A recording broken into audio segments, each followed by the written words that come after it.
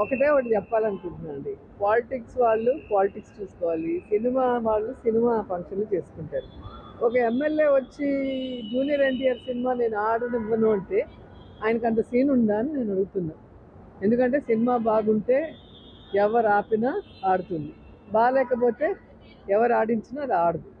అలాంటి సినిమాలు మనం ఎన్నో ఈ మధ్యలోనే చూసాం. పొలిటికల్‌గా ఉండి సినిమాలు చేసి రిలీజ్ చేసుకొని ప్రజల మీద రుద్దాలన్నా ఫ్లాప్ అయినాయి.